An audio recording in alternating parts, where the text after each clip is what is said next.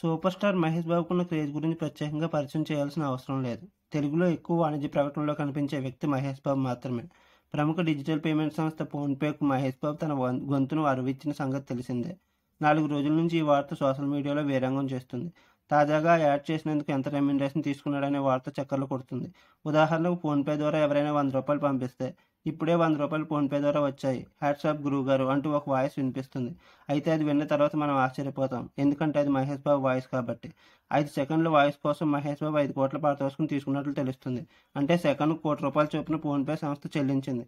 ప్రస్తుతం ఫోన్‌పే ద్వారా big B Amitabh Bachchan voice వింటున్నాం. ఇక నుంచి మహేష్ బాబు వాయిస్ వినబోతున్నాం. కొద్ది సంవత్సరాలుగా తెలుగులో స్టార్ హీరోగా చలామణి అవుతున్న మహేష్ బాబు రాజమౌళి దర్శకత్వంలో చేయబోయే సినిమా ద్వారా పాన్ వరల్డ్ హీరోగా మారబోతున్నాడు. దీనికోసం భారతీయ సినీ ప్రేక్షకులు ఆసక్తిగా ఎదురుచూస్తున్నారు.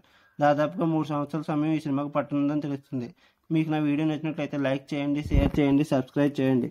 కామెంట్ చేయడం మర్చిపోవద్దు. Thank you.